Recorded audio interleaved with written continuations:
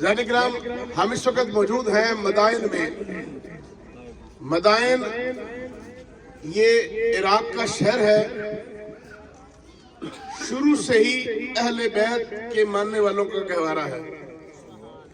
اس کی ایک وجہ کہ جب یہ مدائن مسلمانوں نے اپنے قبضہ میں لیا، یہاں پر جو گورنر تعینات کیے وہ پے در پے محب اہل بیت رہے، کہ جن کی وجہ سے یہاں پر تشیع اور موالیان حیدر کرار کی بہت بڑی تعداد ہے۔ اس لیے مولا حسن علیہ السلام بھی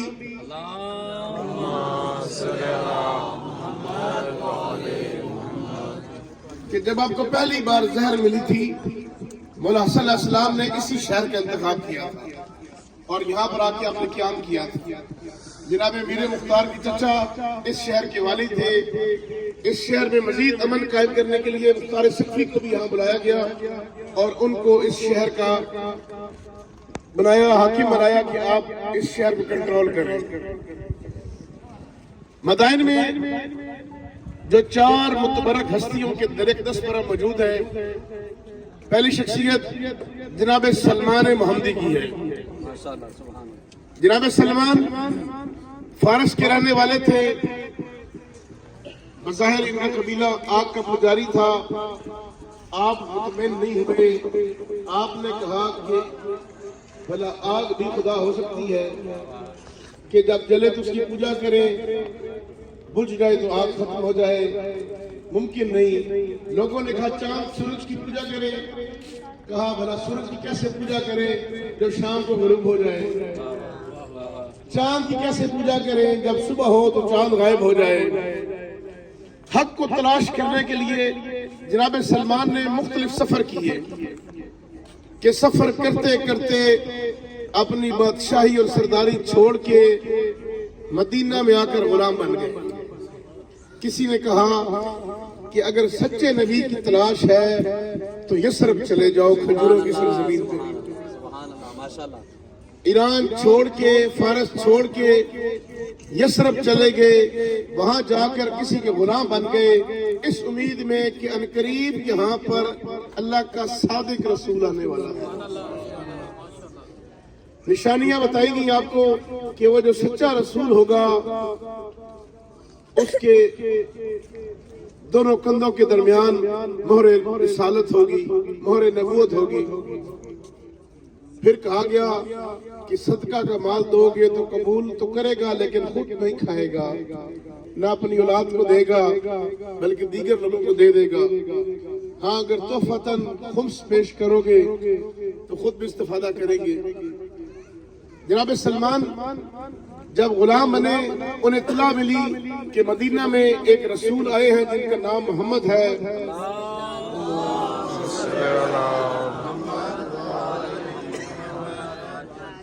آپ ایک دن کھجوریں لے گئے ان کے پاس، ابھی قبول نہیں کیا، غلام تھے چونکہ اپنے ٹائم سے، ڈیوٹی سے ٹائم نکال کر کچھ دیر کے لیے جاتے، کھجور پیش کی، کا صدقہ ہے۔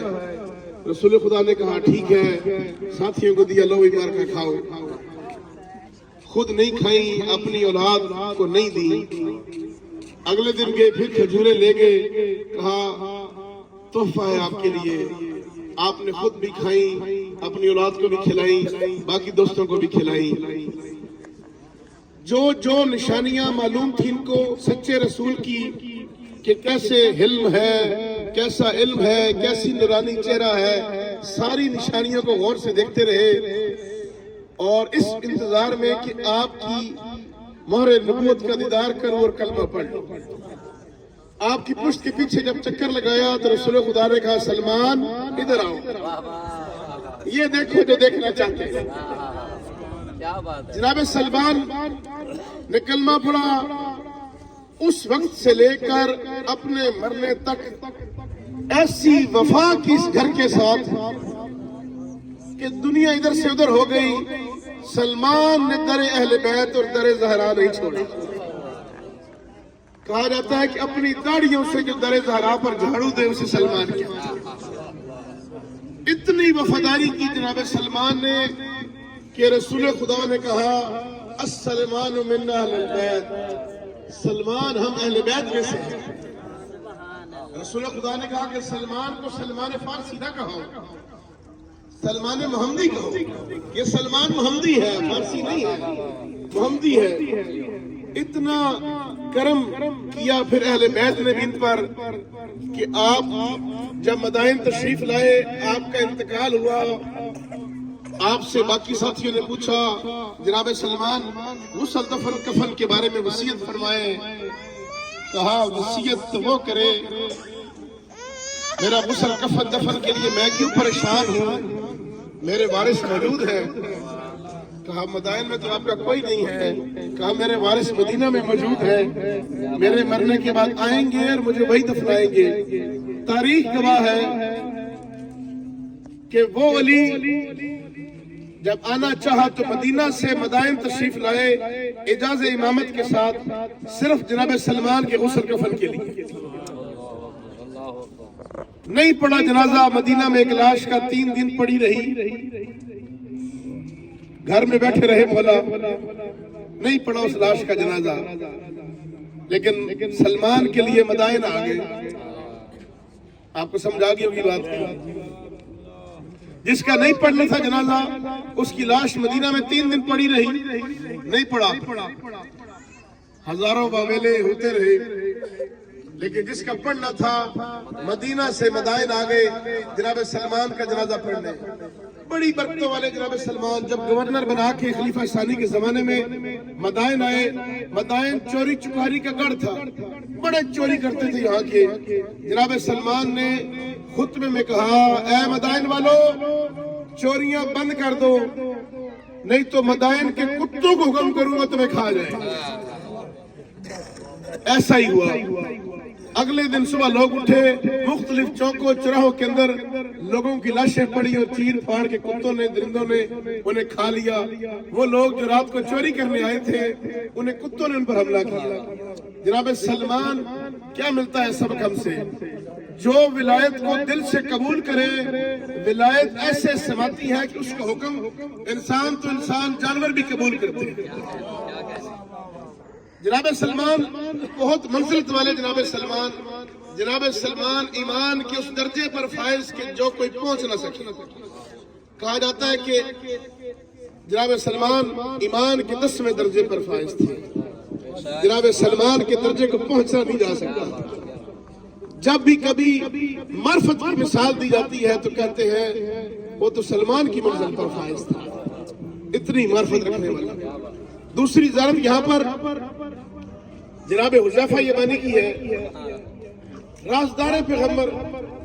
ایک بار رسول خدا صحابہ کے ساتھ جا رہے کہ چند منافقین نے رسول خدا پر حملہ کرنا چاہا، آپ کو معاذ اللہ قتل کرنے کے ارادے سے آئے۔ اللہ نے بتا دیا کہ آج یہ منافق ہے۔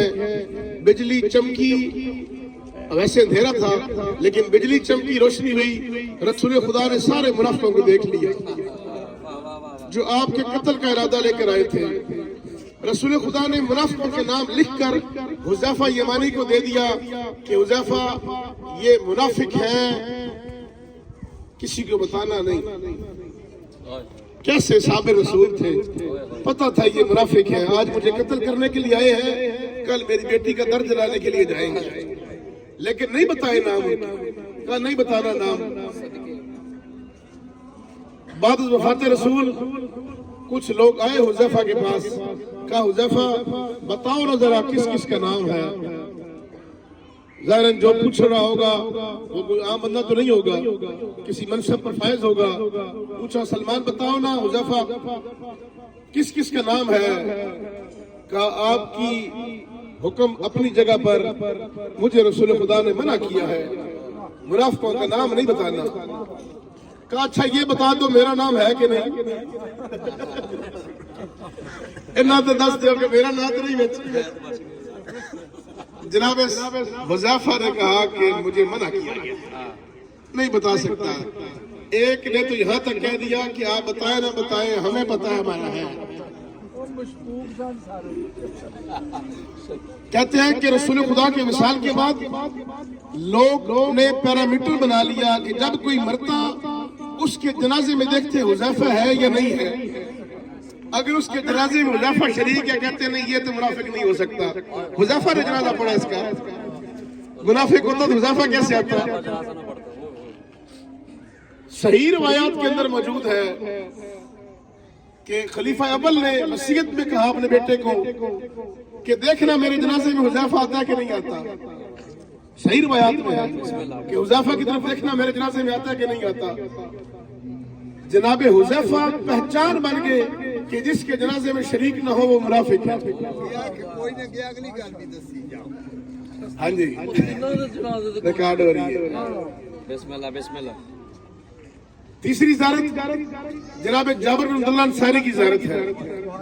ماشاءاللہ ماشاءاللہ. اتنی بڑی شان والے صحابی جنہوں نے رسول خدا کی زیارت کی، امام علی کی زیارت کی، مولا حسن و حسین کی زیارت کی، امام زین العابدین کی زیارت کی، اور امام باقر علیہ السلام کی زیارت کی. کتنے معصومین کی زیارت کرنے والے جناب جابر کہ رسول خدا نے ایک بار مدینہ میں آپ نے کم سنی میں جناب باقر سے ملاقات ہوئی. بزرگ تھے جناب جابر. کہا مولا باقر آپ کے نانا نے آپ کی طرف سلام بھیجا. آپ کے نانا نے کہا تھا اے میرے صحابی جابر تمہیں اللہ کثیر عمر عطا کرے گا، جب میرے باقر سے ملاقات ہو تو میرا سلام بھیجا. جناب جابر کو یہ بھی اعزاز حاصل ہے کہ وہ بات جو گھر کے چار دیواری کے اندر ہوئی تھی، چادر کے نیچے ہوئی تھی، اس کے راوی بھی جناب جابر ہے. بند کمرے میں خاصوں کی بات کی روایت کرنے والے جناب جابر ہیں. ان جابر بن عبداللہ انصاری جناب جابر سے روایت ہے کہ رسول خدا آئے، کالی کملی اوڑی، مولا حسن حسین آئے، مولا علی و فاطمہ آئے، جناب جبرائیل آئے، اور رسول خدا نے کسا کو پکڑے کہا کہ اے اللہ یہ میرے خاص ہیں. اے اللہ میں ان سے راضی تو ان سے راضی، جو ان سے ناراض میں اس سے ناراض. یہ میرے خاص ہیں، یہ میرے خاص ہیں، یہ میری اہل بیت ہے جو زیر کسا ہے.